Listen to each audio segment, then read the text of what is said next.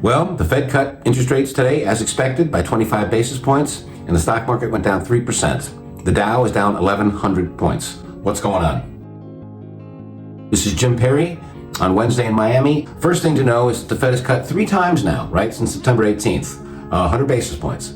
At the same time, 10-year Treasury yields have risen just about the same. They're up 90 basis points from the same date. That's a terrible bear market in bonds, which is why nobody wants to buy them, including me.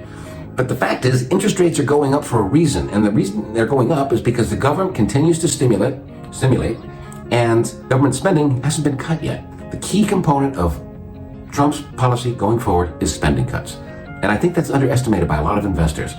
The fact is that the budget deficit is $2 trillion. To cut it by $500 billion should be pretty easy. There's a lot of waste and corruption and inefficiencies in the federal government agencies. So I think you could probably cut $1 trillion. But the point is, if interest rates are going to go down, it's because inflation expectations and inflation goes down, and that only goes down with spending. So I think the key to this whole thing is maybe the stock market decides to kind of settle down and regroup a little bit down in here. Great. I have no idea what it's worth. Probably too expensive anyway, and optimism is off the charts. But the economy is going to do better. This is the point.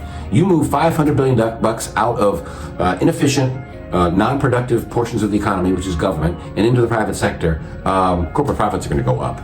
And I think, consumer spending is going to continue to rise. The employment market is full and at all-time highs in terms of numbers.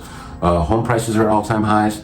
And personal wealth is at all-time highs, and consumption continues to go along well. So I think the economy is going to do well next year, next quarter. I think the stock market will follow. And I think that if interest rates stay stable, and I think they will, I think you'll see a decent return in the stock market in the year ahead. Good luck. Thanks very much. Have a good weekend. Bye-bye.